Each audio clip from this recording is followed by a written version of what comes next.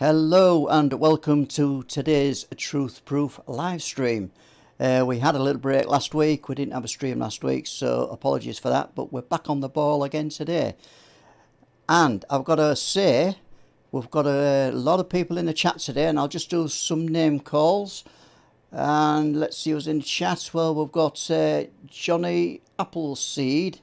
We've got Tino's in the chat tonight. Welcome to the show, Tino. Rebecca King. Rebecca's in the chat tonight. Alison Buttle, welcome. Alison. Ian Slater. Steve Trees. Jane Louise Barry. How are you, my love? And Alex Wingfield. Blue Shift is in. And John Meakin. And I think we had Mick Parkin earlier on, Paul. And I don't know if he's still in there. Wendy Ross. Welcome, Wendy, to tonight's live stream. We've got Deborah on the moderating tonight. That's Deborah Singleton. So no hanky panky tonight, guys. Be on your best behaviour, because I know what Debbie will do. I don't think I should have said that. Right then, off we're gonna go. We're gonna go running with the show, and here we go. 1, 2, 3. Tonight's Truth Proof live stream.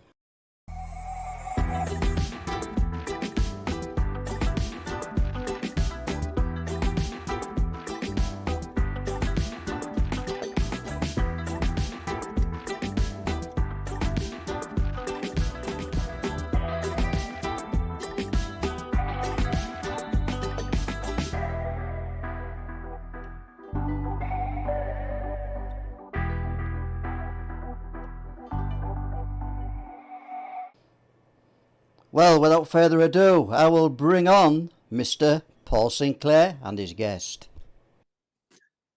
Hello, Les, and thank you very much. Hello, Ben. And tonight, as people will probably know, are interested in UFOs, unexplained phenomena. We'll be talking to multi-phenomena researcher. That's how I'd describe Ben. Ben Walgate, and he's going to tell us about a few of the things that he's looked into over the years. First of all, welcome, Ben. Thank you, Paul. Thank you for having me, and thank you, Les, as well. You're more than welcome. And I don't know where you want to start, Ben, but for myself, let's start at the beginning. And is it childhood? Is it teenage years? Or is it just an interest? How did you become so entrenched in this subject? It started really when I was a small child. I grew up in a house that was very active with poltergeist activity. And growing up in that house, I experienced a lot of different things, a lot of different phenomena taking place, poltergeist activity. And so growing up with adults talking about this and seeing the different things that they were experiencing and seeing their reaction to that, realizing that something wasn't quite normal, wasn't real, wasn't right. It kind of got me interested in these things, like what was happening in this house and why was all the adults, the elders, so baffled by this. So I always had an interest, albeit starting out in the paranormal. But when I was about 7 or 8 years old, I had a completely different experience, one that I would say was extraterrestrial. And that really got me hooked on the UFO extraterrestrial phenomena. So that is what did it for me, is the experience at about 7 or 8 years old. I know you're going to tell us about that, Ben, but let's just stay with poltergeist just for a moment. Yeah. What kind of things did your parents and other adults in house describe, or were you too young to remember? No. So I lived in the house for about 18 years before I eventually got old enough to join the army and left to go join the infantry. But in that 18 years, we experienced all different types of phenomena. We heard voices. This thing eventually started to speak. And it's really true to life. When you watch these horror movies and they show you the progression of these poltergeists, it normally starts off with a shadow on the wall. People see apparitions or something in the corner of their eye. And then from there, it goes to loud bangs, things moving, going missing. And eventually these things do start to speak and other horrific, terrifying events do occur. So that's the kind of progression that we had in the house. It started off with me as a small child reporting seeing things like shadows and objects moving. But the adults at this point just took that as my over-imaginative brain. But then later on, I had a terrifying experience, a really scary, life-changing experience. So I must have been about 4 or 5 years old, maybe younger actually, about 3 or 4 at this point. And my brother and sister, who are older than me, were out at school. And because of that, my mum decided to lock the door. She went up into the bath and she'd said to me, look, Ben, do you want to stay downstairs and watch TV, or do you want to go upstairs and play with your toys while I get in the bath? Because I'll be locking the door basically just so your brother and sister don't come running back from school and run in. So I said, no, that's fine. I'll stay downstairs and I'll watch TV some more. After a period of time of watching whatever it was that I was watching, I decided actually I will go upstairs now. So I jumped off the sofa and I knelt down in front of the TV. Now, it was the old style TVs. You'll remember these where they fizzle out. There's a black and white static there.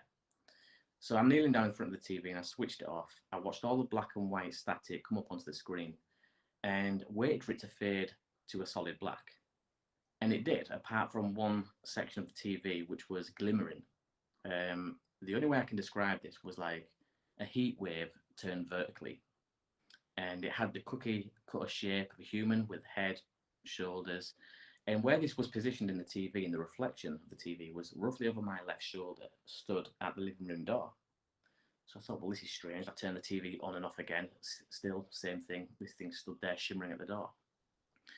And even at that age, I knew something was weird. I still had a feeling of something not being quite right. So I didn't look ever directly at the door where this thing was.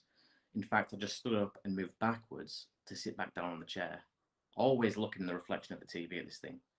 And I noticed that it started to shimmer more violently like this. And it also started to grow in size. So I took that as this thing's coming closer to me or the TV.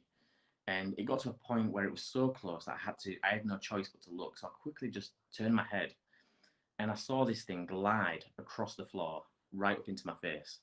And you can imagine I was absolutely hysterical. I kicked all the cushions off the sofa, scrambled up the back, and I jumped off and ran round the other sofa upstairs and started to break on the bathroom door for my mum. Now, my mum came out, and you can imagine her response, listening to a 3-4-year-old child talking about something glide across the floor. Yeah. She was terrified. I mean, she knew that wasn't just, at this point, an over-imaginative mind. And that was the first experience that I had in the house at that early age. But my mum had strange experiences. She used to smoke at the time, and she just bought a pack of 20 cigarettes and called a taxi. She was going on a night out with one of her friends, and just before they were about to head out through the door, the taxi was outside beeping the horn. My mum'd lost her cigs. She's like, has anybody seen these cigs? Like, I've just literally bought them. So her and a friend was going around the house. They were looking in all the obvious places, nowhere to be found.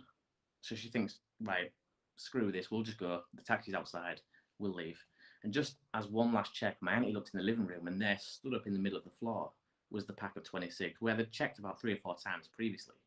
It was almost like this thing started to play games and tricks. But again, like when I said this thing started to speak, my dad's got some really terrifying stories. And my dad, just to make this very clear, he's not someone who's gullible. He doesn't really believe in the paranormal or anything like that. He's kind of a straight shooter. And he's a long distance lorry driver. So he's up and down the country, working really late hours. And usually when he comes home from work, everybody's in bed. And so when I get up for school the next morning, he should be asleep. But this one particular morning, my dad was at the kitchen table and he was white as a sheet. So I said, Dad, what are you doing up? Like, I thought you'd be in bed.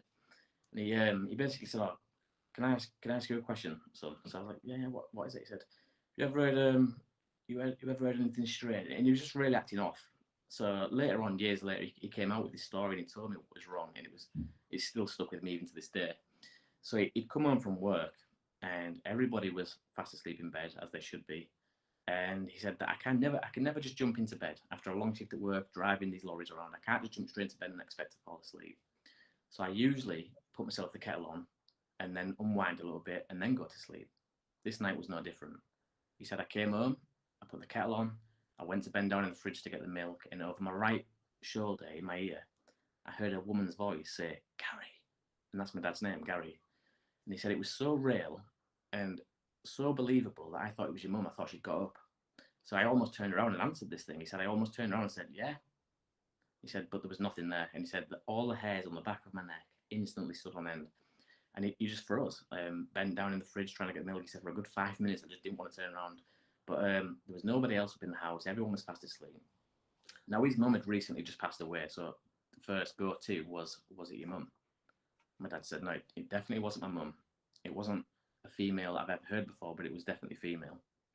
So yeah, this thing again, my brother told similar stories where he'd go to the toilet through the night, and over his shoulder in one of his ears, again would say his name. And this happened quite a lot. But every person that we had an involvement with, whether it be aunties, uncles, just friends of the family, anyone that came round had a story to tell.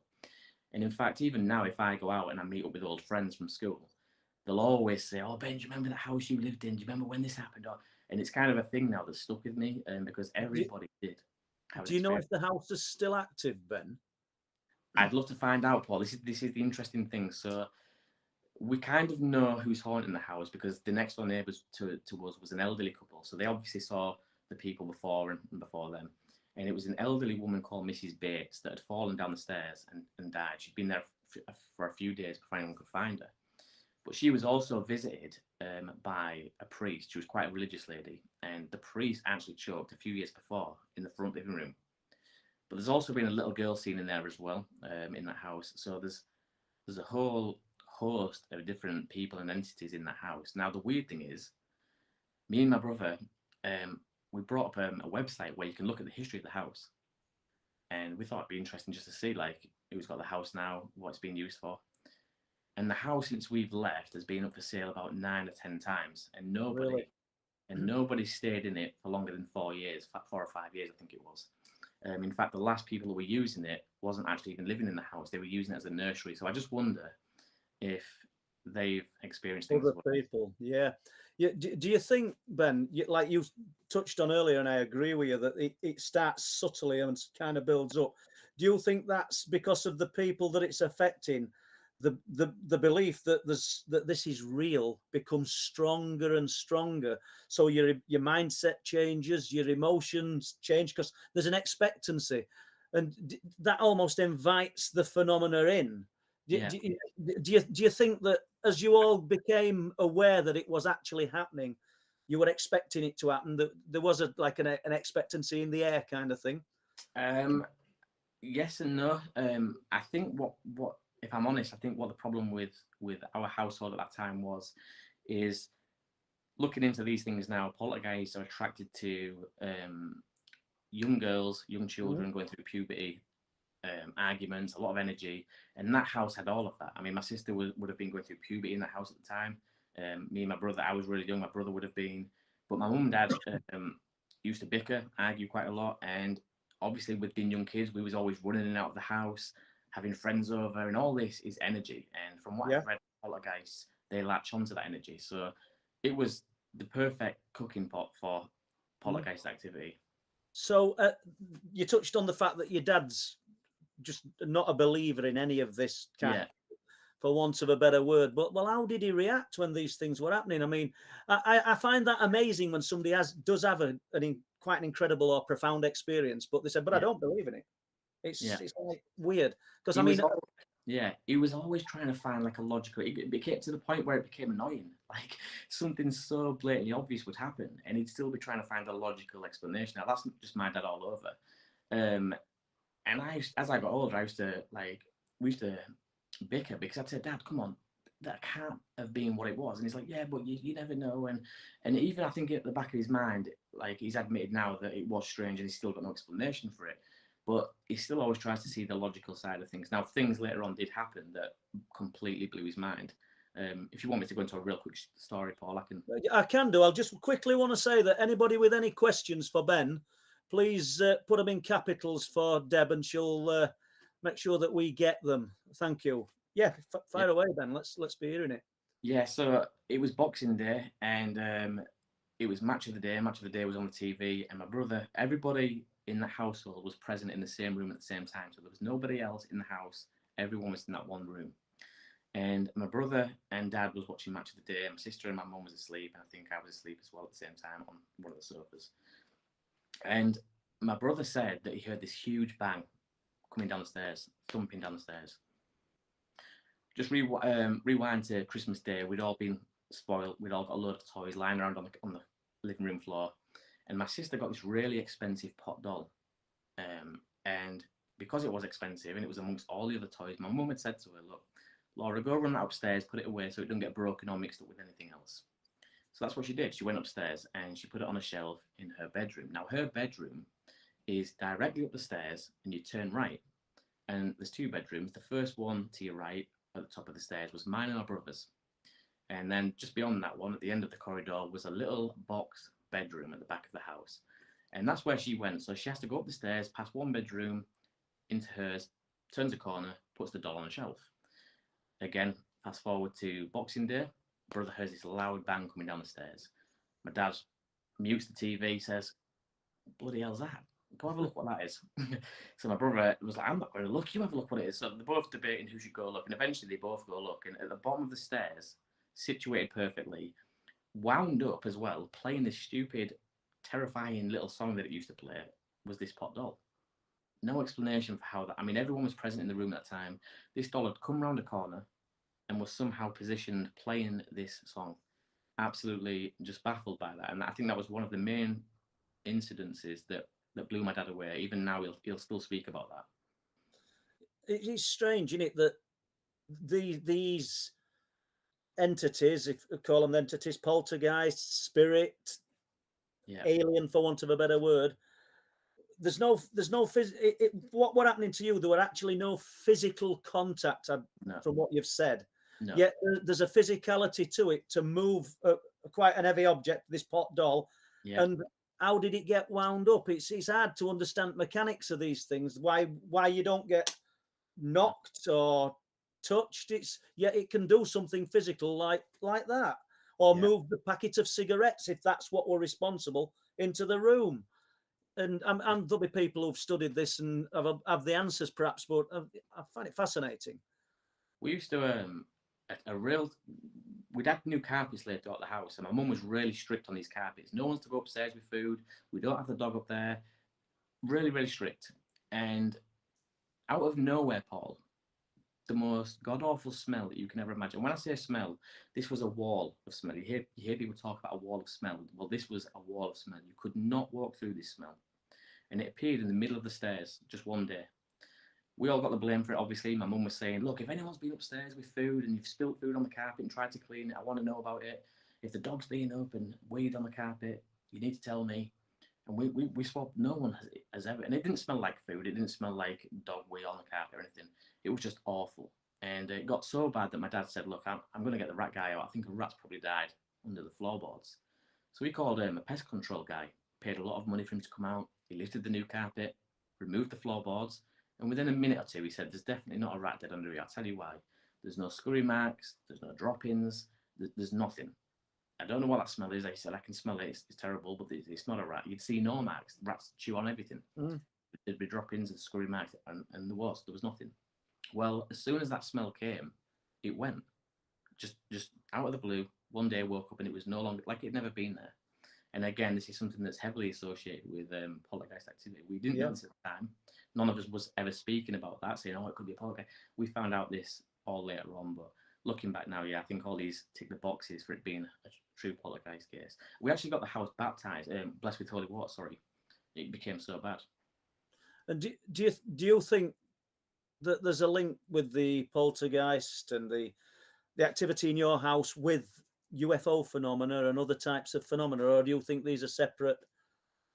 Yeah, it's really strange because you see, when we talk about Bigfoot and cryptids, I associate that heavily with extraterrestrials and UFOs because there are so many crossovers, so many similarities between the two phenomena that I think that they can't be oblivious to each other. I think there's a connection there. But when we talk about the paranormal, it's really weird because my mind can't tie the links to Bigfoot. I can't think the paranormal is associated with Bigfoot or UFOs. But yeah, so it's weird. Well, I mean, we're here with the Bigfoot phenomena, the mind speak. Yeah. We hear of spheres of light seen in the same kind of locale, so I don't know about the poltergeist type phenomena because we haven't got an environment like a home setting where people report these things. Although if you've heard me talk about Hunmanby and that factory unit, that had all the ingredients. It had UFOs, it had poltergeist type phenomena, a cryptid sighting as such when the guy were locking the gates up one night. Is it locational then? Is it the fact that house is on place where weird stuff happens, or was it the fact that Ben and his family were there and there's all that excited energy? I know we're just throwing it out and we haven't got a clue really. I mean, you know, we're sort of feeling around in dark, aren't we? But what are your views? It's funny. It's funny you should say that, because I don't think there's any harm in mentioning this, but the estate where I grew up was called Chapel Fields in York. Now, York is a very historical place, as you'll know, Paul, anyway. It's one of the most haunted cities in Europe, I believe. Yeah. But the actual estate, Chapel Fields Estate, if you go right back and you look at the name Chapel Fields, it was because at a point in time, there was actually a chapel there, and the fields of the chapel would have had gravestones. And so a lot of people in that area, I'm sure, will have reported other paranormal activity as well. Yeah, yes, superb. Just before we move on, I need to just mention website, because we put report 110 on, or Don Lodge did, and I'm not going to say I did it. He put it on yesterday, but it's Deborah Singleton's report, and it's good if anybody wants to go to Truth Proof website and have a look at that. And we've got 111, which is a strange light form phenomena that's just gone on today. But I just wanted to mention it in view of it being Deb's report. And yeah, let's carry on. Where do you want to go from here, Ben? Do you want to talk about the cryptids? Do we talk about the light forms? Yeah, we can talk about how I got started with the channel and what spurred me on to get that going. That's good. I mentioned the extraterrestrial encounter that I had at about 7 or 8, and this is what's really weird to me, is that a lot of my experiences growing up were paranormal, but I still talk about the paranormal, but it's more now extraterrestrials and cryptids that I deal with. I always found that quite strange that I didn't latch on to the paranormal more than the extraterrestrial. But yeah, I was 7 or 8 years old at the time, and I was in Cub Scouts. And every year, maybe twice a year, we used to go to a place called Snowball Plantation, a wooded area in the northeast of England. We used to spend like a week in there doing Cub Scout camping stuff. And brilliant place, had a great time. On the way back after the weekend, we was on a minibus, and I was sat right at the back with my friend, and the Cub Scout leader had stood up in the middle of this minibus and said, "We're going to be stopping really soon for a pit stop. If anyone wants to jump off a quick wee, this would be a great time to do it, because then we're setting straight back off again." So me being at the back of the bus, having a laugh with my friends, said, "Yeah, let's jump off. Let's have a wee." So we jumped off and we stood at the side of the road. Just a completely random stop. There was no toilet block or anything like that. Traffic still flying by behind us. And just in front of us was a little embankment. And up on the top of this embankment was a wooded area. Now, I didn't want to stand shoulder to shoulder at 7 years old, peeing next to my best mate. So I walked up this embankment and stood there. And now I've got full view of this wooded area in front of me. And I noticed a little outbuilding. It was covered in ivy. There was bricks missing. Clearly some kind of an outbuilding that's been abandoned, no longer in use. And I stood there thinking, well, where's the rest of the building? Like, where's the house, the bigger part of this? And so as I'm looking for that, I noticed something move off to my left. So I turned to have a look, and I seen this creature. And I always feel embarrassed when I talk about this, because I can imagine what people are thinking, but I can only speak on what I saw. I saw the creature. It was about 6.5 feet, olive green from head to toe, very small head, long arms, and it walked with a stoop. Now, I don't know if it was walking with a stoop because it was trying to stay hidden, keep a low profile, or if it just walked with a stoop naturally. I'm not sure, but very weird creature. It looked at me, I looked at this thing, and it just carried on walking in the same direction of travel. And my instant reaction to that, my initial thought was, this is a prank. Someone's trying to play a trick on me. So I never mentioned it, and I thought, I'll do a bit of reverse psychology here, like I'll play the trick back on them, because all their hard work and efforts now are going to be spoiled, because I just I never saw anything. So I get back on the bus, and I'm sat there waiting for somebody to say, we got you, did you see it? Did we scare you? And I waited, and nobody said anything. I got in the car, my parents were there to pick me up, and nobody spoke about this green, tall creature with a very small head, black eyes, walking through the woods. And that stuck with me for, well, actually, it didn't stick with me. I forgot about it for a very, very long time, until later on, maybe in my mid-20s to early 30s, it came back, and then I remembered everything like it had happened yesterday. But yeah, very, very creepy experience for me. Can you remember location then? I don't mean you've got to say it, but can you remember, or just at some random spot? It was at a random spot, and as a seven-year-old child, I wasn't really looking for landmarks. No. I mean, that's the disappointing thing, because I'd love to go back and I'd love to try and find this outbuilding and stand in that woods again. But again, I just wasn't in that frame of mind looking out for things that I never expected. anything to happen. So unfortunately, no. Okay, right. Well, it's an interesting story though, Ben. Yeah. But let's just see whether Les has got any questions for us. 'Cause he may have. Yes, fascinating account so far, Ben, of you growing up in the house you was in and subsequent sightings. I've got some questions. We've got some great questions in tonight. Let's have a look. I've got a question for Ben. It's from Mick Back. He's asking about Rendlesham Forest. Do you think, is it the UK's most famous UFO incidents, or is there any other you would rate higher than the Rendlesham Forest incident?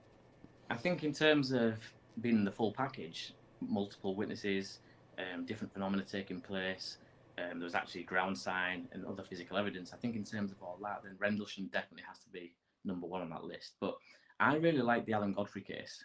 For me, that's a great case. Is Alan Godfrey. I've met Alan once before, great guy, and there's something about his story that I just think is really eerie and rings true. So yeah, I think Rendlesham one, and probably Alan Godfrey second.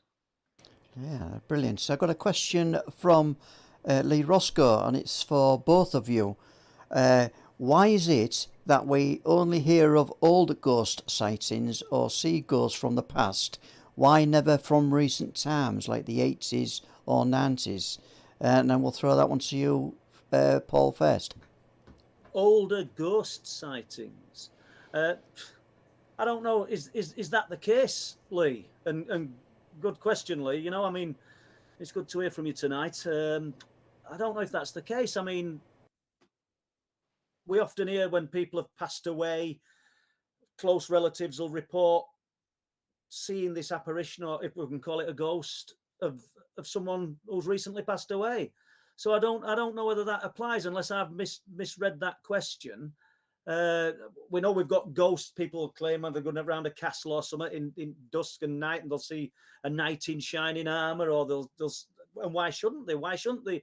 Mind you, I'm saying, having said that, I struggle to. Conisbrough Castle, there's supposed to be a knight and a horse that's seen, and why would they both be seen? Is there something else at play? Are we actually seeing ghosts, or is it some other? Is it some all-encompassing intelligence that's just projecting this for us? And I know that's not your question, Lee, but you know, I've not really answered it that way. I'll throw it at Ben because he might have a better idea than me. No, I'm kind of on the same lines as you, Paul. I think the old type ghost sightings that people see, like Roman soldiers and things like that, I think that they sometimes are a recording of time. Like, I think that some things get stuck in space time or our dimension. Maybe there's a print, something kind of echo. That's right, yeah, like an echo, and it keeps replaying itself. And this is why you'll hear stories where people say, "Oh, on this day at this time, if you go to this tower, you'll see the witch of," because it's replaying itself on certain days that this event took place. So I think that that's why we hear a lot of the older stories. But like Paul said, I've also heard recent stories where parents have lost their son out at war in Afghanistan or Iraq, and the next day they report that he was there at the end of the bed and things like that. So I do think that modern day ghost sightings still do occur. We just don't maybe hear so much about those ones than we do the Roman fleet, Roman soldiers. So. And do we have just to stick with this a minute, in York, you got the Wailing Walls of York, am I right? That's right, yeah. Yeah, and have you got any stories about that, just briefly? About York and some of the ghost stories? Yeah, so real famous ghost story, real world famous actually. I can't think for the life of me the guy's name, but you can look this up online, it's very famous. At the York Treasury House, down in the cellar, there was a young apprentice, and he was putting some piping through the cellar up into the floor above. He was working there with some colleagues. They had the radio on, and they sent him down there. It was like maybe his first week on the job. Said, "Look, take the ladders down with you, start drilling the hole, hammering the hole through the roof, pass the piping up. Job's a good one." So he said he was down there, and he's hammering on the roof, and he heard a Roman bugle. And he thought, well, that's odd, like coming through the wall. He thought he heard it coming from the wall. But then obviously it can't be a Roman bugle. It must be the guys with the radio upstairs. So he ran upstairs and said, "Oh, what are you guys listening to?" Kind of thing. Nothing to do with Romans or bugle. It was just music. So he goes back down, sets up his ladder again, and he starts hammering his hole. and he hears it again, this time louder, the Roman bugle. So as he looks down on his ladder, he sees the plumage of a Roman helmet come through the wall. And he jumped back off his ladder and he scrambled into the corner of this cellar where he sat absolutely terrified. And it wasn't just one soldier that came through the wall. It was maybe an army of about 10 or 12 soldiers that came through the wall with horses. They had their short swords. They had all the Roman attire. And they look, he said, even the detail was so great, he could tell you that they looked drained, like they'd been on the march for days. Absolutely terrified, left the job, never went back. But his story became world famous because of this reason. When they dug down in the cellar, where this young lad had put his ladders, they found a Roman road that went straight through the cellar. And all the historians wanted to grab hold of him to get his story and his version of events. And they all laughed at him because what he was saying didn't make sense. I mean, he spoke about these Roman soldiers coming through wearing green tunics, not red. Well, everyone knows Romans wear red tunics. He must be lying. He's got it wrong. He talked about long swords instead of short swords. They were carrying long swords. And years later, what they figured out was that when Rome became under attack, they sent all the real Roman soldiers from York back to defend Rome. And the Yorkists, the people that lived in York, were given long swords and green tunics, not red.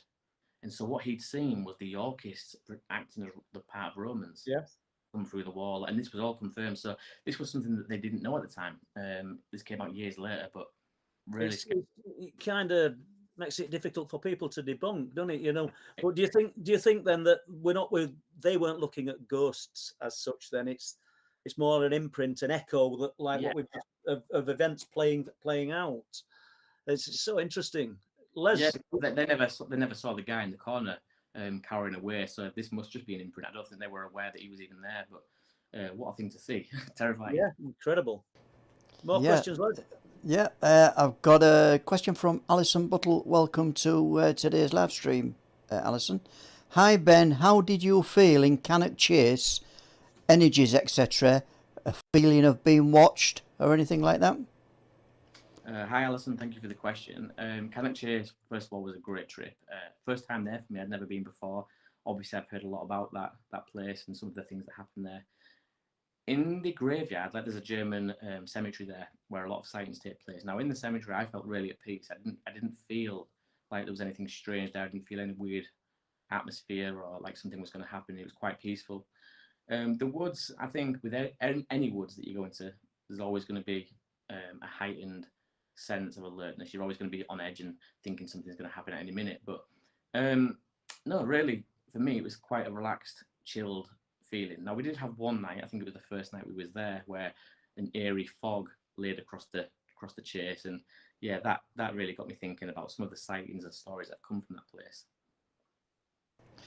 Yeah, thanks for that, Ben. And Space Cadet Lottie is asking, has Ben ever seen a light flash, like a camera flash, for a brief moment in any of these experiences that you've had? I haven't, no. I've never seen like a camera flash or anything like that I can remember. No, nothing jumps out at me.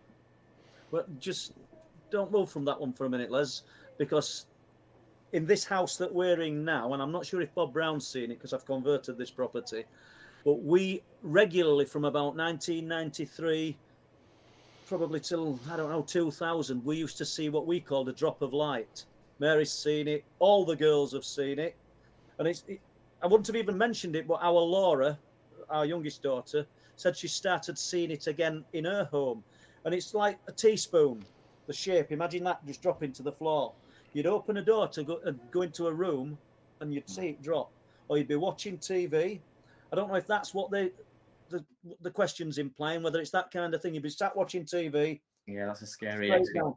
And we've it's not just been one person that's seen it. We've seen it in multiples. We call it the drop of light. And does it disappear through the floor? Sorry? Does it disappear through the floor? It's just gone. It's not there. You in early times we used to get up and see what were there, but there's nothing. Yeah. So it's about the size of a teaspoon. It had just literally dropped at floor, straight from ceiling and gone. And wow. We've all seen it, and at times we've sat there and gone, "Did you see it?" Jess would say, "Yeah." I mean, Jess is in chat, so I know she's seen it, and it's just multiple places in this house. I've not seen it in here for years, but Laura's told me last week she started to see that drop of light again, as we called it. So if that's what the question were implying, that kind of light flash, I don't think it was, though. They said a camera flash, didn't they? But Yeah. no, Yeah. right. Sorry to butt in with that one, Yeah. guys. Right, I've got Jessica. Your daughter is in the chat. But I think the question's coming from your grandson, Noah. Hi, Grandad. Noah here. When are you taking me to the forest? Oh, well, you'll have to get a lot braver, Noah, but I will be taking you. Yeah, we'll go when we go with Les, and we'll do some filming, and you can help Les, and we'll. I'm sure you'll enjoy it if your mum will let you, and it'd be great to take him in. We've been filming, incidentally, last few days. We've been full on, but yeah, thanks, Noah. We'll be taking you in. Yeah, Right so there you go, Noah. That's a promise from your granddad tonight. He will take you into the forest. Okay, on with the next question. We've got a question from A. Young. Welcome to tonight's stream. And it's a question to both of you. Right, it's a good question, this one. Do your dogs ever pick up or sense anything when things are happening? Well, if I start then, the little dog we've got now, he doesn't seem to sense anything. But we did have a staffy that he'd go and walk and just look at something we couldn't see anything. I mean, and it could be that dog were just having some kind of funny do, but he would stand looking at walls, or he'd just suddenly turn and look and jump off chair, and yeah, picking up on something. Yeah, that's about the best I can say. I mean, if we can't see it, we can't possibly say what they're picking up on. But yeah, they are more sensitive to some things, and I'm sure there's plenty of people in chat that probably would agree. What about you, Ben? Where are you on that? Yeah, so my smaller dog, little Cyprian poodle, she's completely oblivious to anything. I mean, I've got footage of me out on the North Yorkshire moors where it was rutting season, October, November, and a huge deer coming out of the bushes, maybe only 50 meters from us both. And she's just oblivious walking towards it in this long grass. And I'm shouting, Talola! Stupid name, I know, but she was completely oblivious to these 3 or 4 deers that were huge. So she can't sense anything. No, but deer probably thought, "Ah, do you know my name?" Yeah, really stupid dog. But my rescue dog, she's a working dog and she's alert with anything and everything. But again, like Paul said, unless we can see it, how do we know what she's picking up on? It could just be a deer or a badger. But going back to the house, if I can really quickly, we did have a dog. This is a great story as well. We had a Labrador called Bouncer, Golden Retriever Labrador. And that dog was terrified. I hate to say that, but he was absolutely terrorized.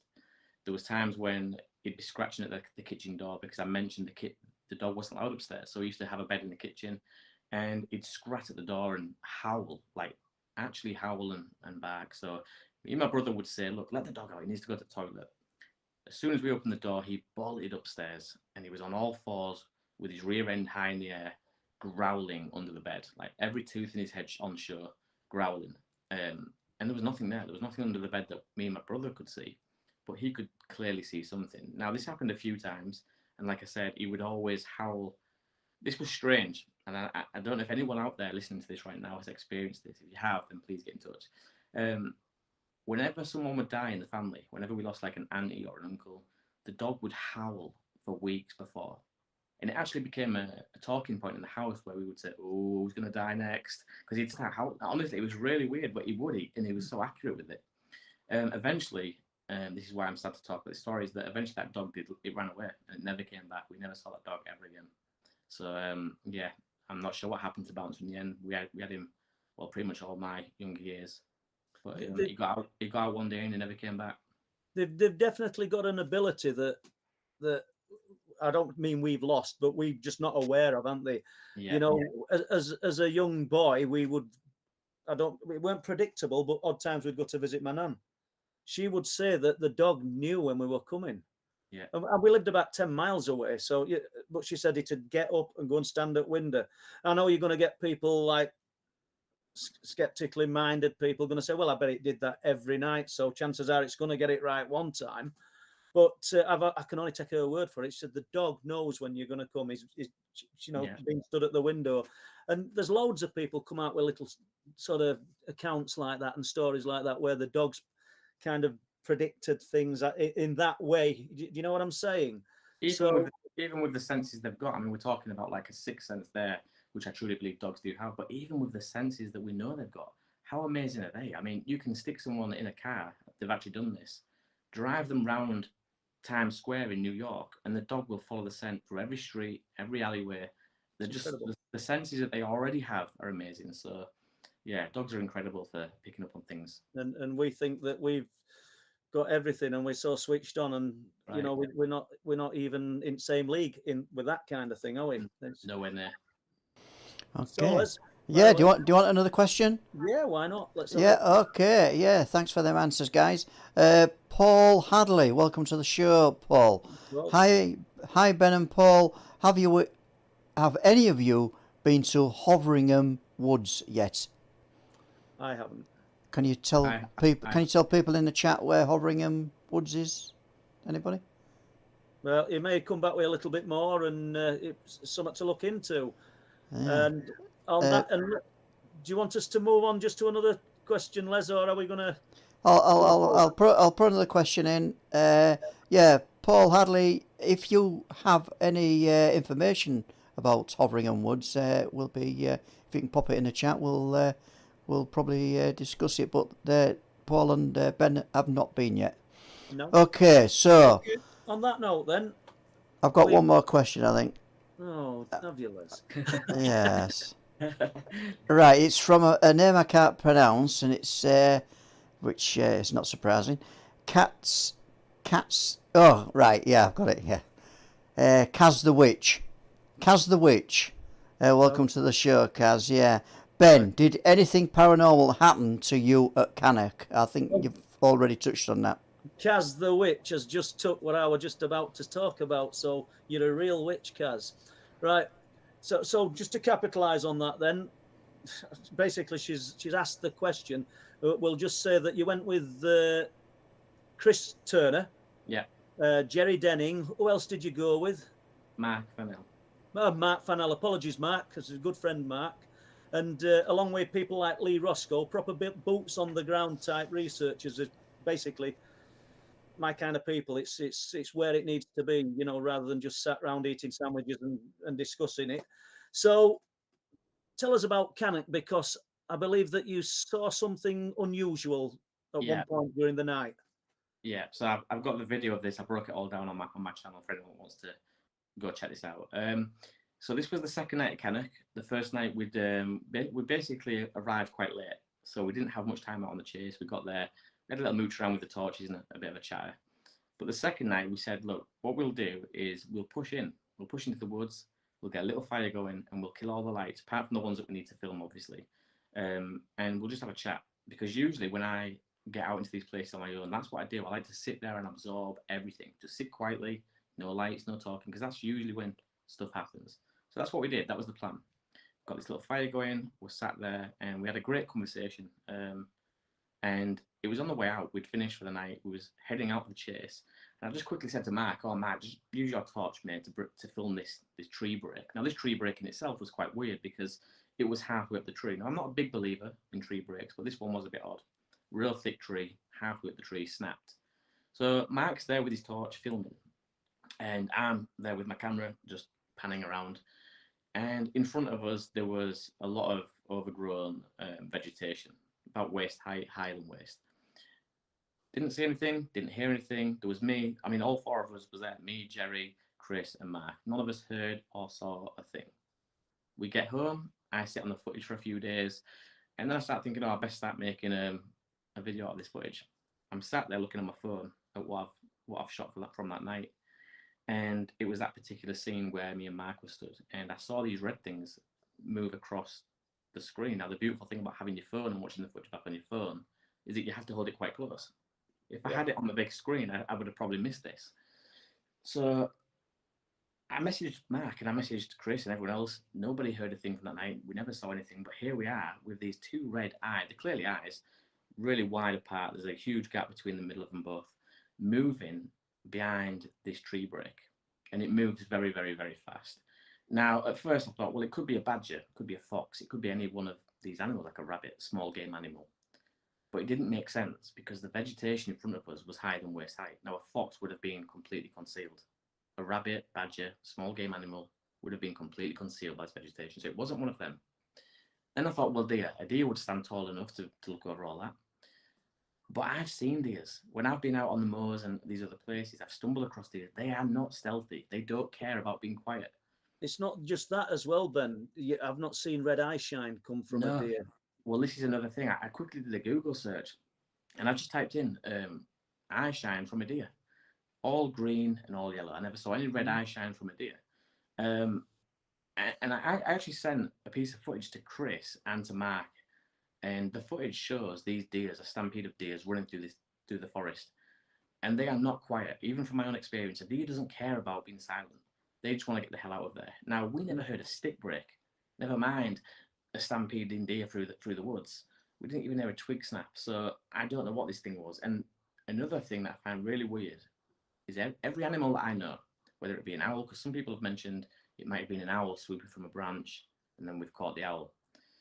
But every animal, deer, owl, badger, fox, always look in the direction of travel when they're running. Yeah.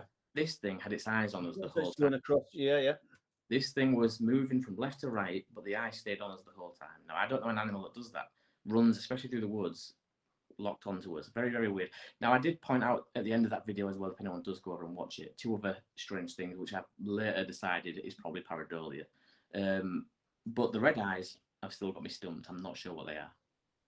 Well, the actual eyes, it implies it's watching you as it's walking past. And one of the stories close to Flixton, foxholes, and this what we've called the car chaser.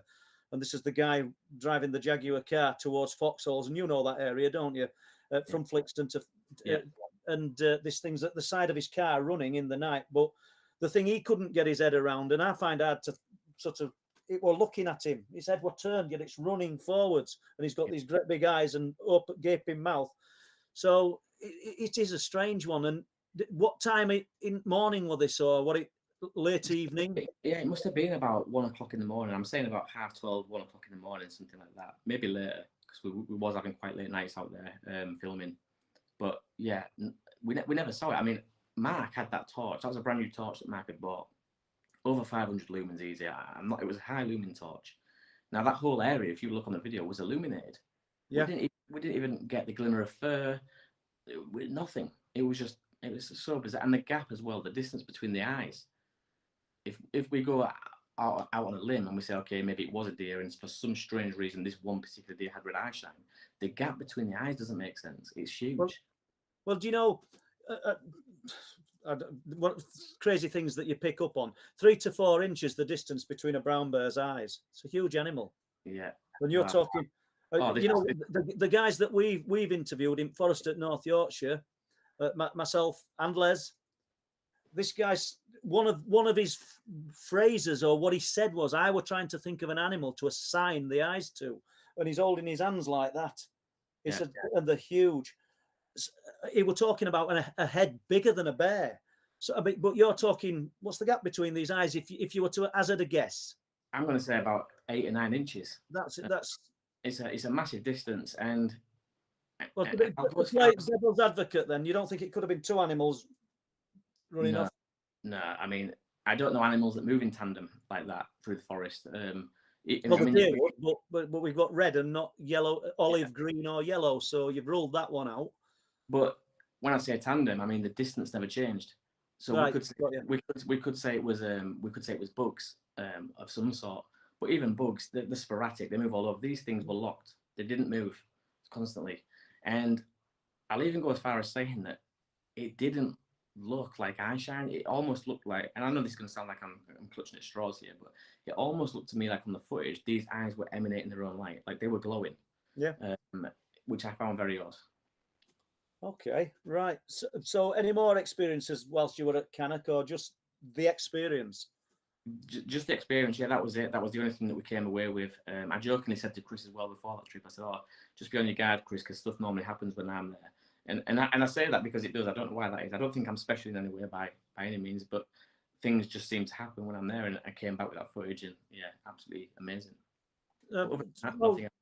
if you want to stick with that on that theme, what about the areas of North Yorkshire in particular? I think it's more North Yorkshire than East Yorkshire for you, Ben, isn't it? And Yeah.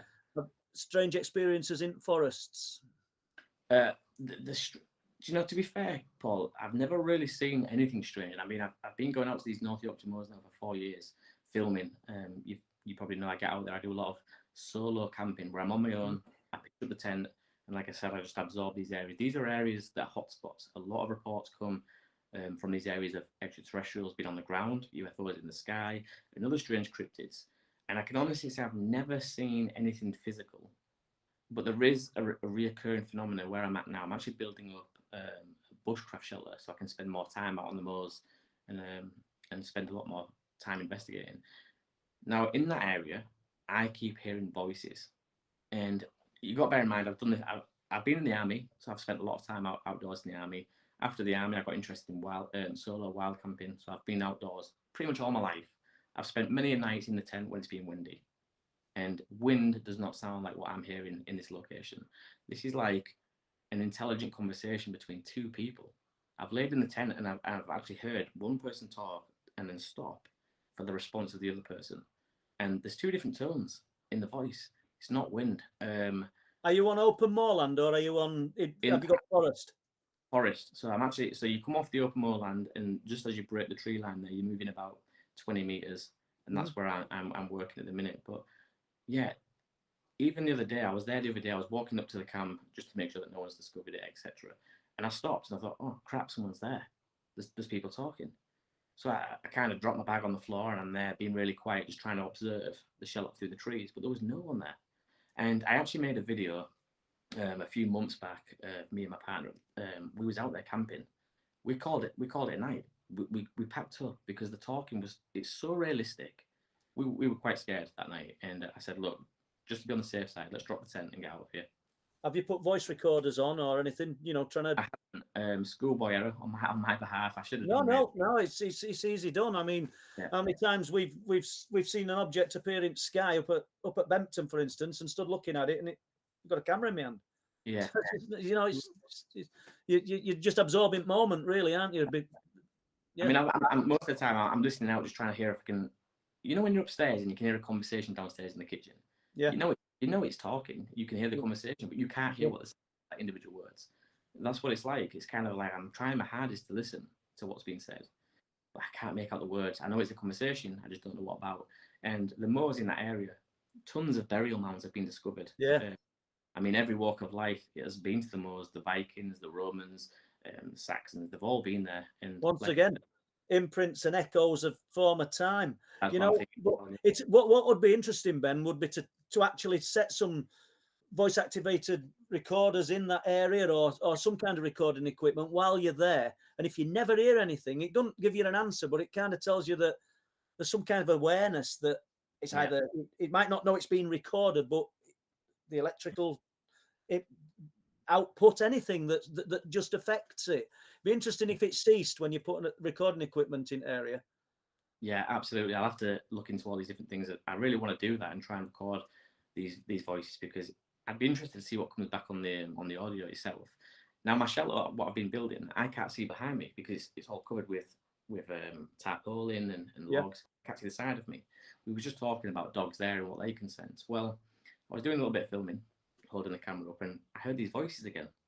I thought, I know I'm hearing voices. Like, this is not me in my mind or the wind or anything, that kind of thing. The dog was laid off in front of me and she bolted upright, ears up on end, looking behind the shelter. I thought, well, she can obviously hear it as well. So I got up out of my seat and walked around the shelter to see if I could see it. There's no one there. Absolutely no. But I mean, where I am as well, you'd have to be out of your mind to even go to these. It's way off the track. That was my next question. Are you close or within a mile of any farms where voices could carry, you know? No, I mean, sound does travel pretty far when you're out in these places, but I must be a good 5 or 6 miles from the nearest farmhouse. So. Right. Interesting. So, other than that, then, so which forest do you find? I don't need to know this spot, but do you find yourself in like Arwood Dale, Dalby, and a lot of different sections of that around that area? Always on my doorstep. I've been to Howard Forest as well. Howard's a notorious place for wildman sightings. So I've been there and I've done a few investigations there as well. Dalby, Any forest really that's got stories, history coming from it. I can't get enough of it. I love it. So what about the big cat type sightings? Have you an experience of them? No, I haven't. I've never experienced anything to do with big cat. I mean, I suppose we could assign the red eyes maybe to being a big cat kind of chase, but in terms of paw prints, sightings, I've never experienced big cats. No, big cat sighting uh, a week last Saturday, I believe it was. A lady put it onto social media, and a few people tagged me, so I managed to contact her and have a conversation with her. And just before Bessingby, if you don't know area, but anybody local to our area that does 3 in the morning, travelling home from work, just before you come to Bridlington and turn to Crossroads, she said it was clearly a panther, full beam, ran straight across in front of a car. Once again, we've only got a word for it, but we've got a lot of reports, and that particular area as well, up into woods that near Bessingby Hall. But I noted that Arwood Dale has black, we'll call them panther or black cat type, big black cat type sightings, and both myself and Les, we did bump into a farmer indirectly while we were filming, and we were told that what we were looking into, and she'd not seen anything the likes of what we were filming and discussing. But she'd seen the big black cats up close and personal, so they're there. I do believe that there's too many people said they've seen them, not for them not to be real. Yeah, I agree. Yeah. Do you want to touch on anything else in forests? No, I think as long as people just are aware of what I do, I don't just get out there and mooch around talking a lot of nonsense. I do spend time out there, pitch the tent up. Like I said, I'm in the process of building a bushcraft shelter, so hopefully I'll be able to spend a lot more time out there. Take less kit out with me, and just make my life easier as well. Yeah, that's brilliant. So let's move on then a little bit. Then you went to Flamborough Head. I believe it was this year. And I know you spoke about it briefly to me, but I've not really got it in detail off you. And you had a bit of an experience there with the light forms. Yeah, absolutely amazing experience. So as I mentioned already, Paul, I've been doing this for about 4 years, but I've had an interest way longer than that. I've never seen a UFO. I've never claimed to see a UFO or said that I believe I've seen one. I just never have. I've always wanted to though. And my brother's got an interest in this kind of thing. We listen to a lot of what you do out at Bempton Cliffs and Flamborough, Paul. So just out of the blue, my brother said, look, let's go up to Bempton Cliffs. That'll be a good time to go there, do some filming. And so we did. We jumped in the van. We went to Bempton Cliffs. But when we got there, it was kind of getting dusk. And there was a lot of bird watchers. You know it gets busy there with bird watchers. People running around everywhere. And so we just kind of took in the views. It's real beautiful. We never saw anything though. And we decided to leave. But as we was leaving, my brother said, let's just go down the road to Flamborough Head, because apparently there's a lot of things that go on at Flamborough as well, you know. So I said, oh yeah, let's do that then if we're in close proximity. So we get to Flamborough Head and we're taking some photos and some videos of the lighthouse there. And I'm recording on the screen there in front of me. As I'm doing this, there's a couple walking up, a man and a woman. And she obviously sees me filming and, you know, like, what is it you're filming for? Are you doing a documentary? I said, oh no, I'm here to film about some of these strange reports that come from this area. A lot of lights reported of strange lights, things like that. Now, as I'm saying this, my brother's walking off thinking, oh God, he's going to start talking about aliens and stuff. So he kind of left me. But funny enough, this woman and this man was really into it. Like, and to look at them, I mean, you should never do this, but to look at them, you wouldn't have assumed they would. Well, she was more interested in it than I was. She was telling me all sorts of stuff. And just as I'm talking to the gentleman over his right shoulder, I saw 2 lights flash. But I thought, oh, I've seen something there, but I don't want to say anything, cut him off, because if it's a helicopter or a plane, I'll look stupid. So I just carried on talking, ignored it. They went on the way. We was walking down the track again, me and my brother, towards the cliff face. And again, I told my brother that I'd seen his lights, but I didn't want to mention anything, didn't want to be rude. So we're filming, we're talking away, decided to leave. Let's go home, it's getting dark. So I said, right, let me just wrap up. Let me just say a bit about this lighthouse and say how the light could be contrasting all these different shapes. And maybe that's what people are getting confused with. So I'm there filming, and my brother goes, whoa, did you see that? So I'm putting the camera at what? And as I looked up, I saw the end of just 2 orange lights, amber orange lights in the sky, blink out. So I said, oh, I saw something. Yeah, I don't know what it was, but I saw something. What was it? He said, oh, I've just seen like 4 lights, orange lights go across the sky. So I said, all right, let's just keep looking and see if we see it again. And we did. They lit up here, like just in the line of travel which way it was going. So I thought, all right, okay, this is a plane, maybe weird looking plane, 4 orange amber lights, no sound, huge.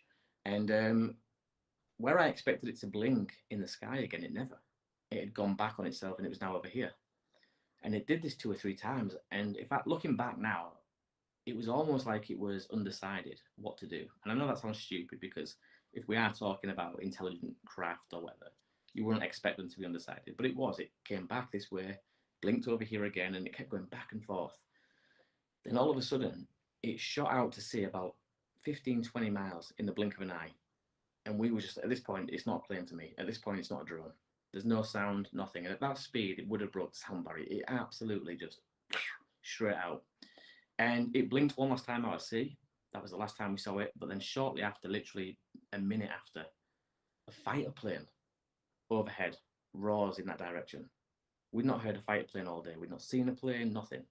Now, this fighter plane screamed over our head out to sea in the direction that this thing came. We stood there, eerily silent now. The engines have died down. My brother's like, what's the chances of that? Like, how weird. We've not seen a plane all day. Then all of a sudden we see these strange lights and there's a fighter plane. As we're saying this, directly above our head, bearing in mind, we last saw these lights out at sea. Yeah. But directly above us is a low-hanging dark cloud, the only cloud pretty much in the sky. These orange lights emerge from this cloud. I said, guys, it's above us. It's up here. So we're both looking at this thing and thinking, oh my God. It blinked again 2 or 3 more times across the sky, and that was the last time we saw it. Now, I said to my brother, because I had a description in my head of what I'd seen, and to me it looked like 4 lights on a stick, a real thin stick. It didn't make no sense to me because I thought, it's moving. It's obviously an aircraft of some sort, but how could anyone sit in that? It's too thin. It just looked like a thin stick. So I said, I didn't tell my brother this. I said, oh, what did you see? How would you describe what you saw? And he said, breadstick. So that's pretty similar to what I already had. I thought stick, but he said breadstick. Absolutely no explanation for what that was. No sound, the speed it moved. I mean, at one point, I actually thought, my brother agreed, that it seemed like there was multiple craft. Because 1 minute it was here, and it'd blink out, and there was another one there. And now I'm thinking, oh, there's 2 or 3 here. But in actual fact, looking back, what I think was that it was just so fast and and agile that it was actually the same thing, just reappearing and disappearing. You're describing how these things are, really. I mean, earlier in the week, myself and Les, we filmed Lee Hayward and got his account when he was with me, which I couldn't have told it as good as Lee, to be honest with you. And he just said it like it were. He came up to debunk it. He'd looked at everything that were on surface at sea, what were in sky, and reason I like Lee to talk about it is he's skeptically minded, but he's not condescending. He's good with the way he goes about it, and quite literally, and you'll see it on film. He said, "What do these things look like then?" You know, he'd already had a kind of explanation, and I literally looked to my right and I said, "Like that." And this is night time, and there's one there. And then there's another one, and there's a multiple, and he's just sort of gobsmacked. Even he said straight away, we're realizing he didn't know how to explain them. He starts writing them down. We get down onto the cliff tops, and then over a period of about 2 or 3 hours, as Lee said, they slowly got closer and closer until they were in the field where we were stood, just one huge one. And to this day, I've never seen anything like that. And that's why I'm so grateful that Lee's gone on film and shared this, because even though I can tell the story, it's Paul. I mean, bloody hell, he seems to see a lot of stuff, that guy. Do you know what I mean? And typical, he's seen it, but no, I've got a really first-class witness who went up there basically to debunk what we were looking at. And it was same with Chris Turner, Ben. You know, when Chris came up, Chris had never seen a UFO. I think the first person to tell you that. Jerry were with him. You've met Jerry and Mark, and these things appeared. We had a light show, and we'd all got cameras. You know, these guys are professional cameramen, aren't they? You know, I managed to get a little bit of footage, and just sheer luck. Do you know what I mean? And we'd got it going all night. You'd see them switch on 2 or 3, disappear, appear further down coast, and that'd be end of it. And then half an hour later, it'd start again. So you couldn't leave your cameras running. You know, just, and you could point it at that part of sky and they'd gone. So right. there is, hence the name intelligent life forms. That's the reason, you know, because there is an awareness. We took Mick Sigson up there and I filmed Mick telling us about where he said this spaceship landed on the field or the hillside. Incidentally, it's set just below hillside is where me and Lee saw that object. Just to the left of the hillside, literally just to the left, is where Bob Brown took that amazing picture of this weird, huge blob on hill in daylight. You know, so have we got a little paranormal hotspot there? I tend to think we might have, but basically, I'm talking to the rock angler about this, and he said he'd not seen the lights. And I know people on chat will know that I've spoken about this before. Two appeared above us. And, you know, I mean, he may be coming chat. I don't know. I don't know whether he does, but he'd sort of verify it. And Bob Brown were with us as well, you know. But let's just hold fire for a minute and just go to Les. Have we any questions, Les? Well, guys, we're at the top of the hour, so we just do a little self-promotion here. And, so for anybody who doesn't know where to find your books, Paul, can you please tell them where to go? In a nice way. Yeah, truthproof.uk, and the books are for sale on there. They are available on Kindle on Amazon. Well, they are on Amazon as paperbacks as well, but the better value on the website, let's put it that way. And the new book, which I don't know, I keep saying it's going to be out shortly, but it will be. That will be on the website as well. So it's truthproof.uk, as well as any sighting reports, cryptid, UFO related, anything that you want to share with us. Remember, if you want your name omitting or changing, please let us know, and we'll gladly put it on the website. And let's just open this up and get it out to a wider audience. Thank you, Les. And Ben, if you can make people aware of where to locate your YouTube channel and what the name of the YouTube channel is. YouTube. Yeah, so my channel is called 401 Files. So that's on YouTube, 401 Files. I'm also on Instagram as well and Facebook. Okay, if you can send me your I forgot to ask you earlier, if you can send me your Instagram and I know your Facebook, I'll put that in the show's description. Okay. Yep. Thank you, Les. Right then, let's move on a little bit then, and I've got a question from Steve Trees. Welcome to the show, Steve. Sorry, a bit late asking your question. What do you think of the? I always pronounce this wrong. The Pentrick UFO incidents. I guess. Well, I hope that's for Ben, because I've not really got any knowledge of this UFO incident. And there is quite a lot online, but it's like most UFO incidents. I'm just into my own little world. Yeah, I'm not too familiar with the Pentrick one, actually, to be honest. That's not one that I'm familiar with. Yeah, I'm sorry. We can't help you. Sorry. Yeah. Sorry. Yes. Sorry, Steve. Couldn't answer that one because we don't even know of the incidents. Well, I know of it, but I just don't know enough about it yeah, that's kind of where I'm at. Yeah. Speak on it. John Meakin. That's a good question. This did the phenomenon at of Ben's childhood home follow him or others when they left? No, it never. No, I can't say it did. Okay, yeah. And Twitchy Curtains, it's a similar question actually. Paul, do you think things follow family members? Oh, I saw that in chat earlier, yeah. I think in some instances, yes. I mean, I know this is Ben's shows, that's how I look at these shows, but I just want to touch on this. All the things that happened to me during childhood seemed to taper off, I don't know, mid to late teens, and it wasn't until we moved then I'd got married, we'd got children, and we moved in 1993/94, and it literally started up before we'd actually moved in house fully, because as I've said before, I'll not go through the incident, if we want to call it an incident. But eldest daughter were up there with us, helping me restore this house or get water on and get it into some habitable shape, while wife were down in Doncaster with other children. And something happened literally while we were there. It started straight away. It was weird. So I've no reason to believe it weren't the same phenomena that had followed me then from childhood. It's a weird thing to say, followed you, but I suppose that's what it's doing. It's attached. But I think these things, there's a time and a place for everything, and nothing's happened of that nature to me for quite a lot of years. And you know, you tend to you hope that it's done with, it's finished. But everything I'd just about, I wouldn't say forgot about what had happened in childhood, but it literally started again. And then that was the time of the scars, waking up with holes in your arms and out holes in your back from 94 to 97. So yeah, a bit of a long-winded reply there, guys, but I certainly think that the activity, paranormal activity, poltergeist, etc., do follow some families around. I do believe that's a real thing, and they attach themselves to certain members. I do believe that.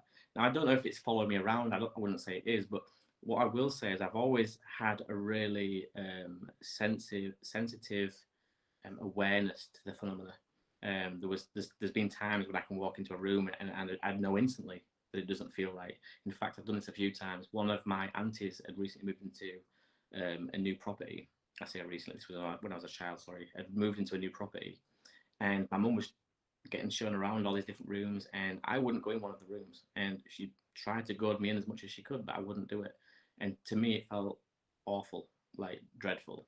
And it turns out that the guy before who lived in that apartment had hung himself in that room. Now, I didn't have any prior knowledge to this, but I'm really sensitive to certain situations with the paranormal and things. I wouldn't say that's the phenomena following me. However, I do believe the phenomena does follow certain people, but just not me. Are you interested in spiritualism as well, then, Ben? I've never really looked into it. No, anything like tarot cards and things like that, crystals. I've never really paid attention to it. It's not that I'm not interested, because I am. No. I've just never really dabbled with any of that kind of stuff. No, that's fine. Les, have we more questions? Yes, I've got a question from Paul Tucker. Welcome to the show, Paul. Well, Question: Are the sightings near cave systems or sheepheads? Seabirds. No. I guess Paul is asking: Are there any sightings near cave systems or sheepheads? Oh, sheep. Sorry. Heads. Yeah. Sorry, it must be my teeth, Paul. Well, the sightings of what? Are we talking about cryptid type sightings, UFO type sightings? Because along eastern North Yorkshire coast, we've got a lot of caves that sort of look out to sea that are inaccessible. I suppose you could get to them by boat.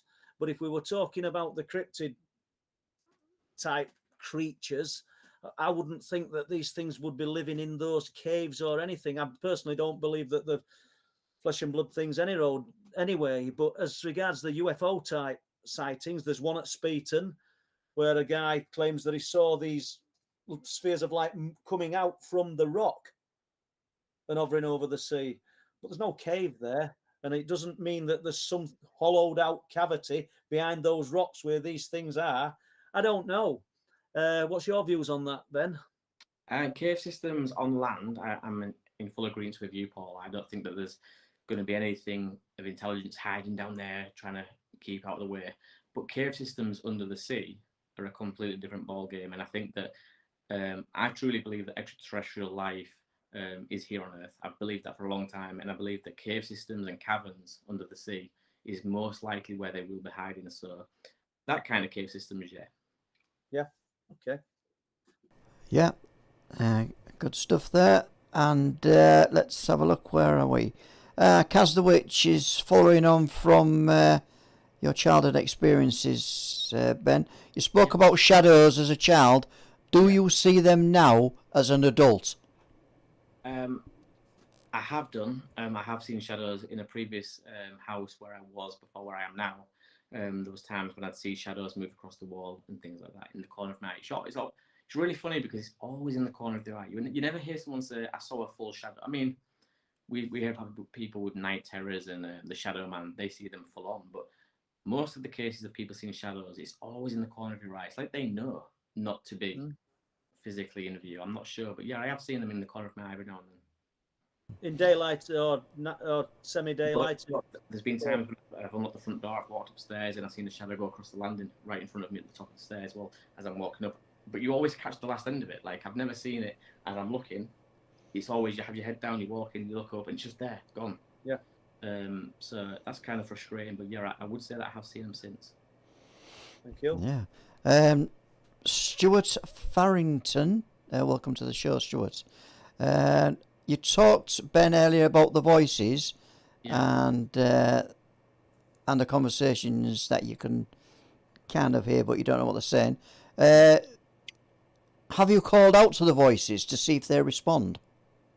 That isn't even in my my thought process at that time. I wish it was. I wish I could think that clearly to think, oh, let's call out. But it's intrigue, like, and you got to imagine I'm in the middle of the North Yorkshire moors. It's a creepy place to start with. Middle of the morning sometimes, or late at night, and I'm in a tent. Sometimes it's just me. The last thing I want to do is draw attention to where I am, and so no, I don't shout out. I wish I was brave enough to do that. That'd be great, but unfortunately, I'm not.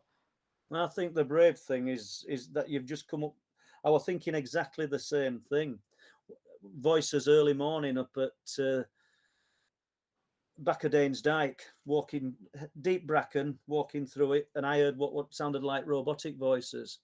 But in no way did I feel brave enough to sort of go back and start ploughing through bracken in case there's anybody with a walkie-talkie. Or do you know, it's a weird one, isn't it? You like to think that you would, but I mean, even the video that I was talking about, where I actually packed up, I went home, and you got to think I was filming a video for the channel this time. So for me, it's kind of my main priority to get that video finished so I can post it. But it got to a point where we were just so creeped out by this that I just said, look, let's be on the safe side, get packed up and get out of here. And we did. Me and my partner, we got everything. We just shoved everything straight in the bag and we got out of there. Well, this is a trick question here then, Ben, but did you pick any audible voices up on when you were filming? Nothing. Because I know I asked you about recording before, do you see? Nothing at all. No, nothing. But she the creepy thing for me on that occasion was is that I'd heard them before. Obviously I've been going back and forth to that area and I've heard them before. Never mentioned it to her because by the time I've got on with the video and stuff, I'm talking about other things. So I'd never mentioned these voices. And that night, probably wouldn't have come weird if you'd have mentioned them, would that's it. That is it. And I guess a part of me was thinking maybe it is wind. But then as time went on and I heard it more and more, I've been in windy situations. I've been in the Lake District on top of mountains where it's windy, and I've been in woods where it's windy. It wasn't wind. But this particular night that I'm talking about, which is all on video on the channel, I laid there and I heard she was talking to me, just general chit chat about, oh, what should we talk about in the morning when we get up? Like, should we mention this and should we mention that? And as she's talking, I'm hearing it off to my side of the tent. So I'm kind of listening, but also thinking, what the hell is that? I'm gonna have to say something in a minute. And all of a sudden she said, is that voices? Well, when she said that, I completely just freaked out because I'm thinking, well, actually now she's heard this as well. Yeah. And I was like, shh, listen. And so we're listening, and clear as day, this was two intelligent conversations. This was one person talking and then stopping to allow the other person to talk. And there was two different tones to these voices. This was not wind. And she heard this as well. And at one point she thought she heard a footstep outside the tent. And that obviously was enough for me to say, look, enough's enough. Let's get out of here. Did you have the dogs with you at the time? No, we never. We left the dog. We only had the one dog at that time. We'd not had the rescue dog yet. But Tallulah, the little dog, is getting old. So at that time, we'd started leaving her at home and stuff because you just can't get across the rough terrain on the moors and stuff. Okay. So Les. Yes. We've got more questions. Twitchy Curtains. I really like that name. Welcome to the show. What is your experience of strange structures? I guess that's for you, Ben. Is that like tree structures, stick structures, that kind of? I would imagine it is.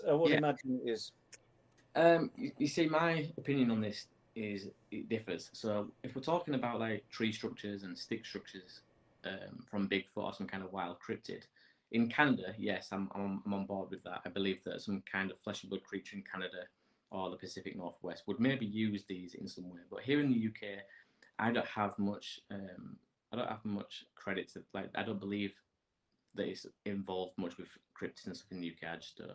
However, some of them are strange. I have seen some really strange tree bends and wrapped around other things, which are weird. But is it a weird cryptid that's walking around in the wild here in the UK? I don't think it is. Okay. Okay, I've got a good question from Space Cadet Lottie. Question: does Ben use dowsing rods? No, I don't actually. Again, this would be something that I'd like to add to my arsenal. Like Paul mentioned, the audio equipment. Eventually, I'm going to start using this kind of stuff and get some game cameras, etc. But right now, no, I don't. Unfortunately, sorry. Okay. I've tried them once, the dowsing rods at Willie Howe, and they worked. Yeah. Seriously, it worked. It wasn't pretending or turning. I put them into copper tubes, and Yeah. these bloody things turned in. Wow. And we pegged it, and it's like an hot cross bun, Willie Howe. I recommend people go there because I think you are allowed to walk, around it. So I'm not advocating people walk on farmers' fields, but if you know where it is, have a look. Yeah, Professor McLean, welcome to tonight's show. Ben, have you ever experienced any missing time episodes when camping? Yeah, I have. Only once, but it was a really weird experience. So, before I moved to where I'm living now, I lived in York, and I had a little bushcraft camp going there as well, where I would go to and I'd spend the night on the fire and stuff. And me and my girlfriend, we used to go there late at night, and I had a log shed and everything. So it was just a case of turn up, get the log from out of the log shed, stick it on the fire, and you're there within minutes with a fire. So from the car park in this woods to the actual camp spot in the woods was about a 10-minute walk, if that. So late one night, about 8 o'clock, 7:30, I said, let's just get out of the house. Let's go to the woods. We'll get a fire going, and we'll just chill out and talk for a bit. So we went there. We parked the car up, took the 10-minute walk to the shelter. I grabbed the wood, stuck it on the fire, and we was talking. She started to get really cold. She didn't have a coat with her, and this was kind of like winter time. So I said, look, let's go back to the car and we'll get home. We'll put a movie on, because I still thought it was about 10 o'clock at this point. We'd not been there longer than 2 or 3 hours in my book. So we got in the car, and she said, oh, you're gonna have to change your clock, it's wrong. So I said, oh, what's it saying? She said, like 4 o'clock in the morning. It was like 3 or 4 o'clock in the morning. I said, what? Check your phone. So she pulled her phone out, and she was like, I don't believe it. My phone's saying 3 or 4 o'clock in the morning. I said, how can we haven't been there that long? We haven't been there that long. I said, for a start, you haven't got a coat. You would have been moaning about being cold way before now. I mean, that's a large chunk of time. Why? I mean, the logs in the shed haven't been used down, and we've had the same fire going. It just didn't make sense. And we were driving home, and the first thing that she said was, where is everybody? Like, there's no one around. It was just the most bizarrest experience ever, and it made me like feel really strange, like a weird feeling, really weird to say that time had gone. I mean, she was like, that's like a full shift at work. But no triggers, nothing that you can remember that could have. There was nothing at all, Paul. Like, we'd literally, the way I remember it and the way she remembers it, we got out of the car, we took the 10-minute walk to the shelter. I got some logs out of the shed, we put them on the fire, and we sat there talking for about an hour and a half, 2 hours max, before she started saying, oh, I'm getting a bit cold now. So I said, all right, well, that's fine. Let's go back to the car. We'll go put a movie on. I was actually even saying, let's put a movie on, thinking it must be about 10 o'clock or something. But no, it's like 4 o'clock in the morning. I don't know what happened. Crazy. No explanation for that.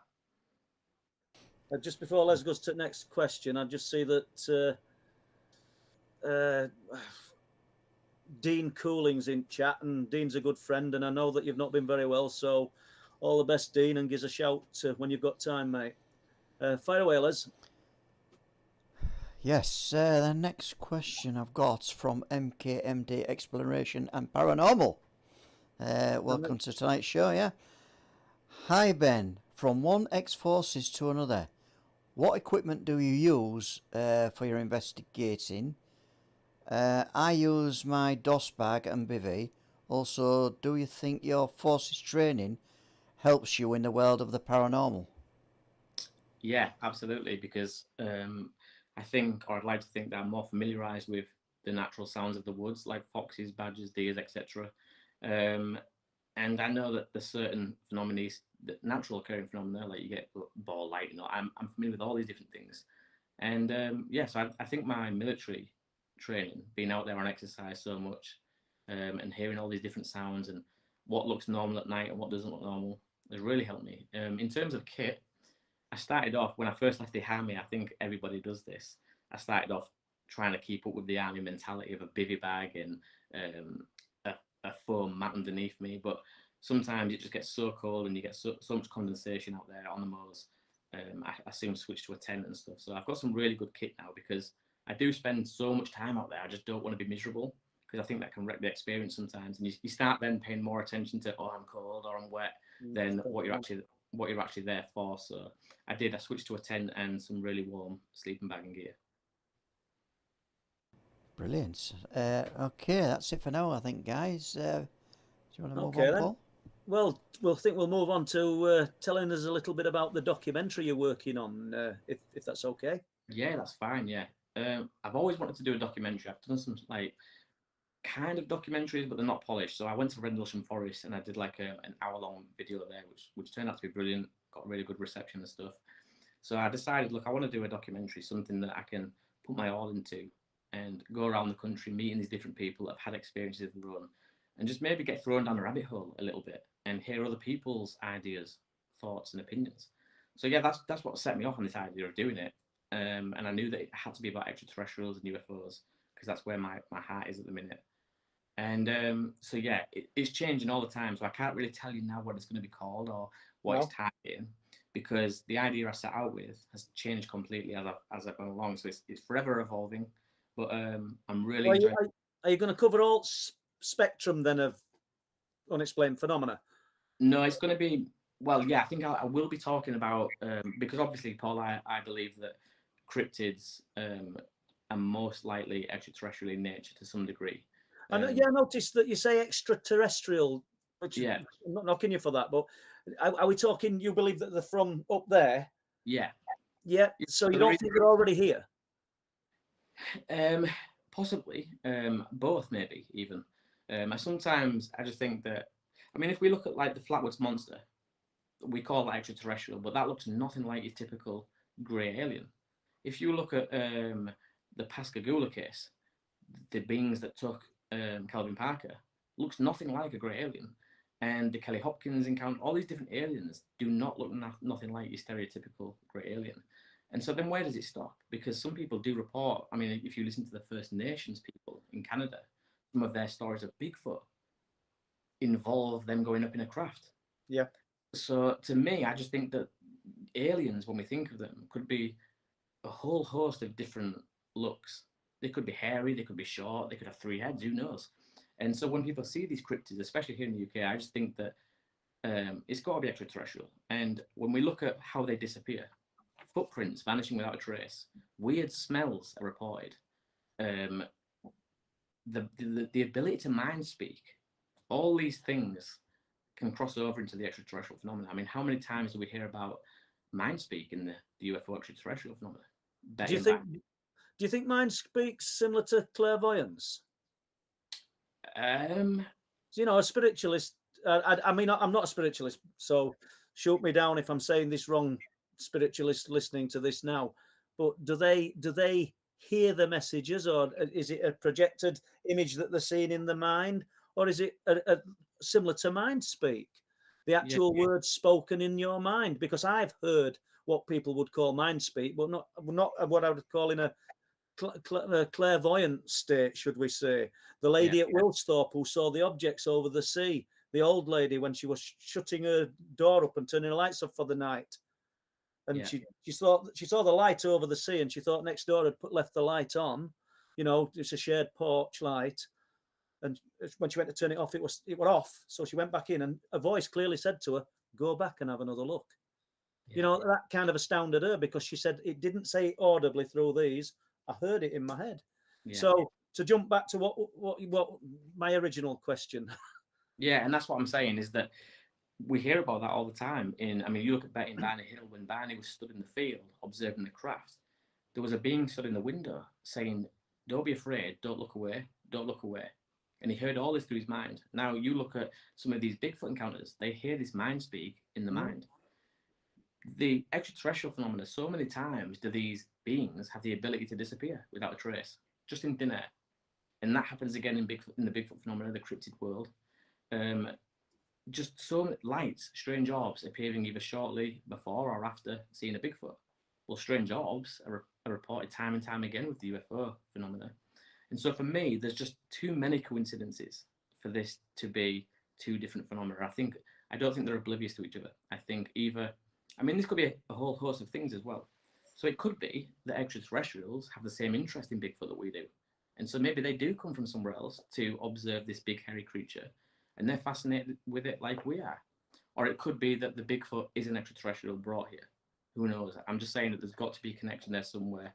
I'm not sure what that is, but for me, and are you linking some of this, or is it still evolving documentary? It's still evolving. But like I said, it is mainly aimed towards the extraterrestrial phenomena. However, I will be talking about some of the cryptids that people see here in the UK, and then trying to tie it all together and link things in certain ways to bring. I know I've just probably got a few more questions, but what about the cryptids that are seen around military installations and military bases? Have you got any knowledge of that, or? Only what Chris Turner actually opened my eyes to a hell of a lot on the Canuck chase, because Chris was talking. Great talker as well, by the way, Chris. You know Paul, like yourself. No, he never shuts up, does he? Yeah, he opened my eyes to a hell of a lot of things, and one of the things that he was talking about was these military installations and these historical sites and military bases always seem to have this weird phenomena taking place. And again, I'd love to look more into that, because it's true what he says. If you look at these historical sites around the world, or these military bases, you can guarantee that alongside them are reports of weird cryptids, strange lights in the sky, and a host of other things. So yeah, that fascinates me. It does. It goes hand in hand. You know, the burial mounds. Yeah. Because obviously these ancient peoples, and they put them in such inaccessible places. You know, the burial mounds up at Sharp Howe, up at Staxton Brow. There's 5 to 7. It's a barrow cemetery. But to gather that much earth and rock and rubble and put it up there, 500 foot above sea level, all done by hand, you know, 3,500 years ago, it kind of makes you realize that they already knew importance of that land. Yeah. So they probably saw things that were in. I don't know. I'm not gonna. Would they have thought it as biblical? They wouldn't have been thinking that, but you know, they'd have thought, wow. When they're seeing these unusual lights, and like we talked about yesterday, when we spoke with Tim Brennan, myself and Les, and we were likening the light forms over the sea to, and I said to him, look, there's talk of the fiery dragons seen over the sea. In ancient times, people perceived as dragons, and they're probably looking at the light forms, you know. But I know we've sort of moved on from the original question there. I'm starting to think as well as military bases and historical sites. I'm starting to think now that there's a connection with Moreland as well. Where was the Moreland, Paul, where the guy took the famous picture of the alien on the moors? Ilkley Moor, weren't it? Yeah, so Ilkley Moor, we've got things happening there. Where I operate on the North Yorkshire moors, tons of burial mounds and weird phenomena come from there. So there's something about Morelands as well that I think now is of interest. Once again, when we've touched on it all through this last hour and a half. It's also the imprint of early man to present day. We've got there's been our ancestors have actually settled there and lived there and put their places of reverence there, haven't they? And that's where these things are happening. That's where these things are being seen. Yeah. You know, up around Staxton Wold Radar Base. Before it were a radar base, many years before, it were a Roman hill fort. Yeah. And you know, it's, I don't know. Obviously, all people will also say, and rightly so, it's 500 foot above sea level and it's perfect for looking, you know. Yeah. But any more? Do you want to give us any more on documentary? Not too much. I think that's about. I think So it's going to be about the extraterrestrial UFO phenomena here in the UK. I'm getting around talking to some great people, great minds in the phenomena, like Philip Mantle, for example.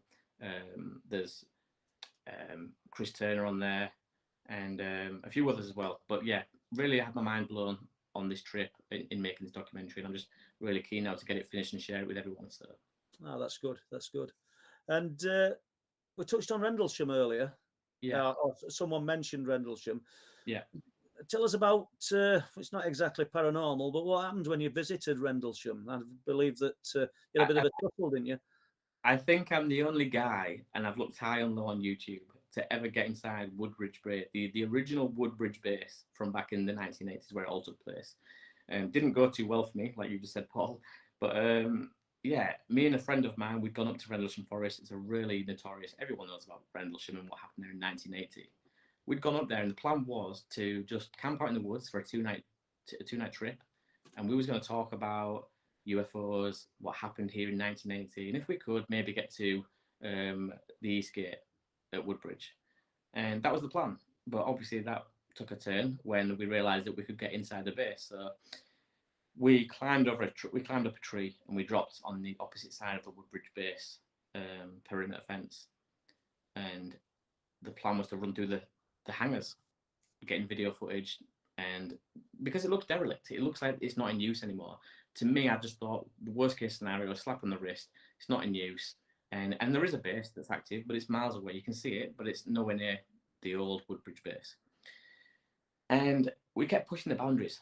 I mean, like I said, the idea was just to go there and camp. That soon turned into let's climb over the fence. That soon turned into let's get to the watchtower. And so we tried to get to the watchtower where they would have received the call in 1990 from the gate about these strange lights. I mean, what better place to go and say, look, we're in the actual watchtower. This is where it all took place. But getting there was a nightmare. So we was going across the grass up towards this tower, and my friend said, like, I can hear something. There's a car coming. So as I looked down the runway, a unmarked vehicle and a military vehicle came flying down the runway, straight past us. I'd grabbed my friend at this point and dragged him to the floor. So we're lying down now on our belt buckles, just looking at these cars and seeing if we've been spotted, really. And I'm like, just keep quiet, keep down. They haven't seen us. Well, the first car, which was unmarked, did the most aggressive U-turn you've ever seen. And at this point, it's clearly obvious to me now he has seen us. We need to get up and get out of here.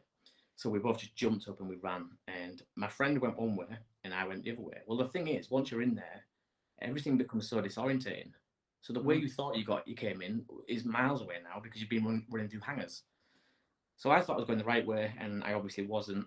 I got caught in a dead end, and I had no choice. I thought I'm going to have to dive into this bush. So I dived into a thorn bush, and I could hear all the military people there, personnel, saying, he's gone this way, he's gone this way. And I just lied there. My idea at that point was to stay hidden until they move along. Hopefully they won't find me. But the more I laid there, the more I realised and started thinking, like, crap, I've just ran through untouched vegetation. So now all they're going to do is just follow my route through to where I'm lying. I'm going to have to get up. And then I started hearing them talking about dogs, get the dogs. So I thought, well, now I'm definitely going to have to just say, look, I'm here. So I stood up and I said, I kind of put my hands up, and there's a lot of swearing that takes place, and the military grab hold of me and rough me up a little bit, asked me where my friend was. I obviously didn't know where my friend was at this point. He's gone a different way. So I'm just saying, look, I'm here to make a documentary. Luckily, I had my 401 Files hoodie on. And I said, look, I know it's stupid to you guys. I'm probably just wasting your time, but I'm here for the phenomena that happened in 1980. I didn't know this base was still in use. I just played dumb. And yeah, it was a strange and scary experience, knowing where I was, that I shouldn't be there, and getting tackled to the ground by all these military guys. But they were asking some strange questions. I said this to Chris, actually, on the trip. They were asking me, what do you know about Rendlesham? And I said, just what everyone else does, really, like that there was a report here in 1980, and that's all I'm here for, really. Where's your footage? I want to see your footage. Now, I did something a bit sneaky, and you'll know, Paul, yourself, if you press the opposite way on the keypad on the camera, it takes you back to the start of the footage, not your previous footage.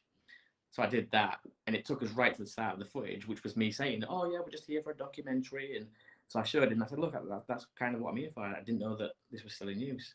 And he didn't believe me. But another unmanned vehicle pulled up. This was the strange bit. Because the military guys were saying to me, like, do you realise how much trouble you're in? Like, you're in so much trouble. So I was panicking like mad, thinking, oh God, I'm going to be fined. I'm going to probably get sent to prison. All sorts was going through my mind. And with that, this black 4x4 raced down the runway, and a tall guy jumped out. And he said, what's it? He took his name and his details. This military guy said, yeah, I've done that. Have you checked his camera? Yeah, I've done that. Let him go. And this guy was like, the guy who was just saying to me, oh, do you realise how much trouble you're in? Was like confused as I was. This other guy, let him go. Have you seen where he came in? He said, no, I haven't taken him to that place yet. He said, right, go find out where he came in, get it patched, and let him go. So I was like, oh God, I am so lucky. So yeah, the military guys, who I'm guessing were lower ranked, took me back to where I got in, and I climbed back up the tree, dropped down the other side, and they followed me the whole way back to the car park. Now I thought this was a sting. I'm on the phone to Junior saying, don't meet me at the car because I think they're trying to get us together. They followed me down the perimeter fence. So he lingered in the woods for a little bit, waiting for me to get back. But what an experience! Like I said, to be in them hangars where apparently lasers were being fired through and all this mayhem was taking place of the UFO sighting in 1980. For me to be in there running around, I know you shouldn't do it, and I wouldn't recommend anyone does that. I got super lucky, so don't do that. But yeah, the moral of the story: don't do it. Yeah, but that's cool. And jumping from that, we look like we've got about 15 minutes left, so see if we can get a few questions in if Les has got any. Yeah, really that's an amazing account, Ben. Yeah. That one, and I wouldn't have liked to have been in your shoes. No, that's I'd like to have seen it actually. Les running away. I'd like to have seen that. That would have been a great sight. Yeah. Now I've got a question. I've got a question, Ben, and it's going back to what you mentioned earlier, and it was about the historical abductions that you mentioned. You know, the Betty and Barney abduction case, and things like that. Have you had any reports of anything more recent? Is there anything out there what you may have got hold of or starting to investigate? Is there anything more recent than these older abduction cases? I get stories sent in all the time, like real strange stories, to be honest. Some of these are really, even for me, are quite out there, but these people are adamant in what they see. And the unfortunate thing is they don't sometimes put dates on these sightings. But one of the ones I recently read out on my channel was about a Glimmer man. This is something that, again, is quite new to me, but fascinating because it's like something straight out of the Predator movie. And these people swear that they see it. And this one particular guy was in Glasgow, I believe. And he said that he lived up on a high-rise balcony, and he was just out on the balcony having a smoke and observing this tree. Now, this branch quite high up on this tree was sagging, like it was weighted down. So he was just there smoking away, looking at this branch, and he saw this glimmer of a guy or a figure or a man or whatever this thing was sat on this branch. And as he saw it, it dropped down off this branch to the floor below. Big plume of smoke when this thing landed, came up from the ground, and it landed just behind a woman that was walking past below. Now she turned around instantly as if something had been dropped or thrown from one of the balconies. And he said that he expected to see this thing emerge from the smoke or this dust, never to be seen again. Now he caught up with, he spoke to a lady below who'd also seen the same thing. She'd seen this thing drop on the floor behind this lady, and them two got together and met up with the lady who turned around. And what she said was that I heard something like an impact behind me, and I thought someone had maybe thrown something, but I never saw anything. She said that she had this really strange fear come over her, this real weird, like dread, instant dread. But yeah, 3 people there saw this glimmer thing. What did they describe it as? Looking translucent, like rippling water, or like a mirage, type apparition? His description in the email to me, he said, I hate to say this, but it just looked like the thing out of Predator, like the movie Predator when it cloaks itself. He said, I hate to say that, but that's what I saw. It's interesting. Wow, that's a brilliant account, that one. Yeah. And let's have a look then. We've got a question from Jane Louise Bowery. Hi, Jane. I probably every week I probably pronounce your last name wrong, Jane. No, Yeah, great support. and great support. And the question is, Ben, what phenomenon intrigues you the most? I know you're doing your documentary on UFOs and things like that, but what phenomena intrigues you the most? It's got to be the extraterrestrial phenomena. For me, that's the most believable. For me, that's the one that is seen worldwide by all walks of life. It's the one that we've got the most evidence for, if you want to call it that, in terms of physical ground evidence and trace marks on people's skins. And yeah, it's something that I can really believe. And obviously, I've had my own experience that I think was extraterrestrial. So for me, it's definitely the UFO and extraterrestrial phenomena.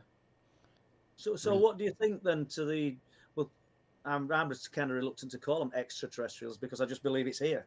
The phenomenon here. But extraterrestrial then, what do you think? Do you think it's all love and light, or do you think that we've got darker elements to it as well? Oh no, I certainly think there's darker elements to it. I mean, a lot of the time, even me included, I'm not immune to this. Sometimes I get out there thinking it's going to be a great experience if I see one. The reality is sometimes it's not. A lot of these people have their lives changed forever. And a lot of these people don't actually talk to immediate friends and family about their experience. They come to people like me because they just know they'll be ridiculed. And yes, I don't think it's a love and light experience. Some people maybe have that as their experience, but others not so much. Again, yeah, I think there's a whole range of what's happening there and a whole range of why they're here and what their intentions are.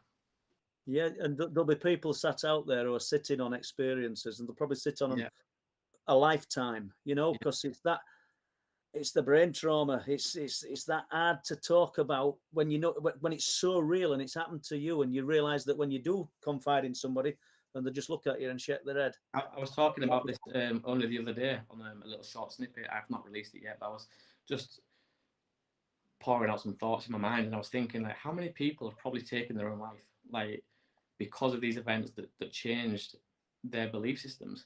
They couldn't probably live with. I mean, you've got to think there'll be religious people out there that have been brought up to believe in Christ, and they'll be fanatics all their life. Their parents have told them that this is the way it is. This is what the Bible says. Then all of a sudden, one day they have this experience that defies all of that, and they can no longer tell anyone in their close circles. They can't live with the reality of what they've seen. And so how many people leave this planet with these amazing stories or experiences because of fear and ridicule? I bet there's some amazing stories out there that have been lost forever. Without a doubt. Without a doubt. Okay, I've got a few more questions to take us to the end of the show. And it's been a fascinating show so far, guys, and thank you very much. Oh, I've really enjoyed listening to Ben. It's interesting. Umbraman is asking Paul. I saw this one, and I don't think I've got an answer for you, but fire away. So the question is, have you looked into the robot voices that called Federico Fellini, giving him instructions, etc.? I thought of you when I was recently read about it. I haven't, but I'm going to take a note of the name in the chat, and I will have a look at that. I have no idea what they were. I mean, do you know, Umbraman, it could be something as simple as there was somebody in there on a two-way radio. Because don't forget, when I heard them, it were at the height of the animal mutilations that were taking place around that area, and they were a covert military presence. We'd got those strange military vehicles with big dishes on top, and so I suppose it's not impossible to think that there might have been people tucked away, within the undergrowth. And I don't mean a lot of people, one or two people, because I've got pictures of those vehicles, and they were quite close to where I heard these voices. So it's not forced to have been anything but something man-made. I'm never going to know. Right. Okay. Twitchy curtains. Yeah, plenty of them. Yeah, plenty of them, yeah. And I think this question's been answered in the chat, but I'll ask a question. Can you recommend any books on time slips, Ben? Only seen Liverpool. What was the book I read recently? God, I can't remember the name. I can't remember the name of it now, but it's a brilliant book, and if I can leave that somewhere. Yeah, if you can send me the link, and we'll put that in. My mind completely. Yeah. Time slips, missing time as well, is it? Or is this Yeah. the book? Yeah. Ah, right. Yeah. Okay. And a question from Alison Buttle. Alison is asking, do you think we've lost Sorry, I remembered Deep Impact. Deep Deep Impact. Impact? Yeah, that There we one are. on time is brilliant. Hi, Alison. So we're doing Alison, yep. Yeah. Do you think we've lost mind thought? No more to that question, so I don't know.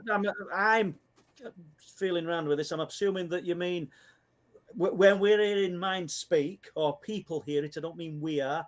People claim to hear mind speak from the cryptids or from some kind of other type of intelligence. Is this something that we've got the ability to do, but we've lost? Is that I am assuming that's what she means. So, what do you think? I think that's what she's referring to. Yeah. And do you think we've lost that ability, or do you think we've never had it?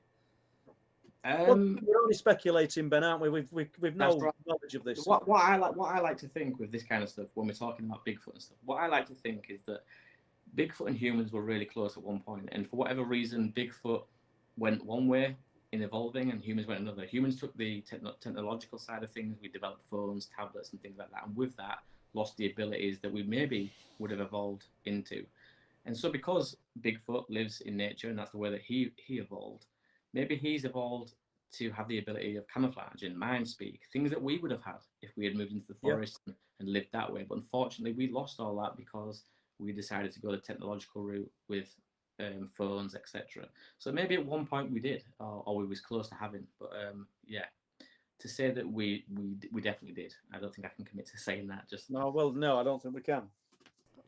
Okay, that's a great answer. That and I'll follow that with one of my questions. Do you think this relates to the remote viewing? Do you think there's any link there? Because obviously the US have done remote viewing, and no doubt other countries have done remote viewing, and this is a given, isn't it? It's a fact. Yeah, so now I'm going to sound hypocritical, I guess, which I've got no problem in doing, especially with these topics, because no one knows the answers. But yeah, remote viewing, I believe 100%. I believe there are people out there that can almost teleport their mind to a place on a grid or a map. And yeah, I do think that there are people out there with that ability. Well, for anybody who wants to poo-poo it, the military, like Les said, have experimented with it extensively, and I'm sure they wouldn't be taking it with such a serious eye if there weren't some kind of truth in it. It was used heavily in the Cold War. I mean, like America trying to spy on Russia, Russia trying to spy on America. So I guess the height of this, when people were really looking into it, was probably the Cold War, like that kind of era. Yeah. We've had some great questions tonight. I've got 3 more questions on my list here. One from Paul Tucker. Do either of you think the UK government should be pressured in the same way as the US for disclosure? Without a doubt, but it's getting a large enough collective, and I suppose it's down to people like you, Ben, myself, people in chat, getting a large enough collective to see whether you can actually lift the stone or get it to roll. It's momentum that we need. I mean, me saying, oh, without a doubt, you saying it means nothing. You want enough voices en masse, enough signatures en masse, and the right kind of questions put to them, and we might get a little bit of somewhere. Whether we'd ever find the true origins or what they know, I doubt, but we might get a little bit of movement. Things are definitely moving in that direction anyway, aren't they? But it seems that the more proof that we present as a collective, the wider those goalposts get. You know, even explanations given from 50, 60 years ago, which now are laughed at because we know that they don't stand up. They're finding other explanations to stand in the way that didn't exist before. So I don't know. En masse, it needs a collective. It needs a lot of people, a lot of minds put together, and the right questions, and just get it out there and see whether we could get something moving. But having said that, we're not breaking new ground. There's lots of people tried, aren't they?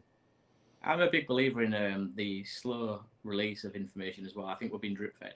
Yeah. And if you want to look at like one of the highest grossing movies of all time is about humans going to an alien planet to take resources. And these things, in my mind, are helping get people accustomed to the idea that aliens are out there, they're friendly, and humans can get along with them. I mean, even kids now have movies like Mars Needs Mums. So I think this is all a slow progression, and it drip feeds over time. So the next generation after the next generation will one day just wake up and be like, oh, well, aliens, we've always known about them. Like, what's the big deal, kind of thing. So yeah, I think that's the way it's going. Yeah. Yeah, there's a good answers there. And thanks for the question, Paul. Question from Nellie Kelly. Which encounter has stayed with you the most? I guess that's for you, Ben. Travis Walton. I'd say Travis Walton wholeheartedly. I believe in that case. The amount of guys that were there that night, they all stuck to the same story. They had their backs pushed up against the wall, threatened with life sentences of murder, and I just think it was a great encounter. It's made even more so by when he came back and told the stories of what happened after. I believe everything he said. One thing interests me about the Travis Walton case and many other cases, it's the humans. When Travis was on this craft, he said that he saw a human. Now, this is really fascinating to me, probably even more so than the extraterrestrial beings. Who are these humans? Why don't they speak our language, but somehow are able to comfort us when we're aboard these craft? Travis ran up to this guy and was like, what's going on? Tell me what's happening. This guy didn't acknowledge him, but Travis said that he just looked like a human. Are we being presented with an image that we want to see as comforting? That's it. That is it. And it fascinates me, this. I've looked into this and thought about this quite a lot recently, is who are these humans? Because they're clearly not human. Or maybe they are, who knows? But what are they doing? Why are they associating with these beings that to anyone else is just completely out there? Yeah, and I think you've hit it there, Ben. Yeah, Tino is asking, Ben, have you visited Carlton Moor? I haven't. I need to get around more of these moors. Like I said, Paul, I think there is something closely related, and there's some kind of fascination with the moors. I'm not sure what that is yet. I'm still working on that, but I haven't. No, I'd like to get there. Yeah, that's just brilliant. before we move on to the question, and Les has probably got another one, so don't want to labour on it. But on about the experiences that's impacted you the most, and you said Travis. Yeah. What, any of your own? Which is your own? That's all right. Personal ones. Yeah, it could have been aimed at that when he asked it. See. Yeah. Sorry, I didn't know whether he meant like out there with someone else or my own person. I think my own personal experience would have been the extraterrestrial that I saw walking through the woods. That's the one that's really stayed with me because it just doesn't make sense in my mind. Like, why was it there? Why didn't it seem scared that I saw it? Because we both made eye contact, and this thing never ran off. It didn't. It somehow knew that I wouldn't scream, and that's always played with my mind. Like, why? How? Yeah. Thank you. One more thing as well. I've just seen Deborah's just put it, and I never do. I never say it enough. Please like and subscribe the channel. It's all good, and it'll just help things grow. Les, another question, please. Well, we have no more questions, and this week must be a first that we've gone through every question that is coming on the chat tonight, and I've got to thank everybody on the chat for posing those questions. It's been a great show. We've really enjoyed Ben on the show tonight. I've got a comment from Twitchy Curtains, and I've got to laugh whenever I mention that name for some reason. I don't know why. Paul, you need to get Mick McLaren and Lee Roscoe on together regarding Winter Hill and the increasingly interesting surrounding area. Agreed. Yeah, and I've spoke to both men and spent a good bit of time speaking to Lee Roscoe in particular. So yeah, that's one to do in the future. Thank you, because the great, just like Ben, boots on the ground kind of people. That's what we need. And I'll hand it to Les in a moment. But thank you, Ben. Really enjoyed speaking to you. Thank you, Paul. I hope you can do this again at some point. Absolutely, mate. Thank you so much. Thank you. Yeah, and I'll just echo what Paul says. Thank you very much. And if we ask you now, live on air, if you want to come on again at any other time, what would the answer be? Absolutely. There you are. Okay, then. Right. Yeah, thank you, everybody, for coming on tonight's stream. Great guest was Ben Walgate. And don't forget to look out for his upcoming documentary, which will be about UFOs and all things strange in UFOs and everything like that. Okay, so as you can probably tell, I'm a little bit excited with tonight's show, but I've got to thank Deborah for doing the moderating tonight, and got to thank Paul and Ben for giving us a great show. What we'll do, we'll see you next week. I know we've got a couple of streams coming up, and they are going to be rock solid and great. So all it remains for me to say is stay safe and have a good night. Bye.